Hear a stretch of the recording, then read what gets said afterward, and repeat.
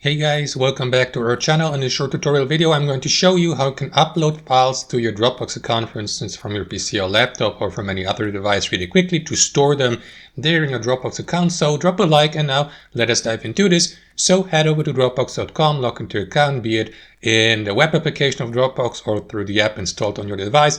And what you want to do guys here on your home screen is click on all files or home here to the left, and here on your home screen all you need to do is click on that icon here at the top, upload or drop.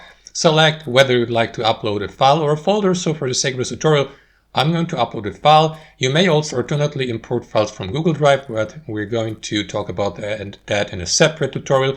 So select file here, next locate the file on your device and upload it to your account on Dropbox. Wait for the upload process to be finished. You will see the process here in the bottom right corner, and after that you will see that the upload has been successfully completed. And that's basically it. The given file will then appear here in your list of all uploaded files. So that's basically it guys, that's how I do it. Hope you enjoyed the video. Thanks for watching, and we'll see you next time on our channel.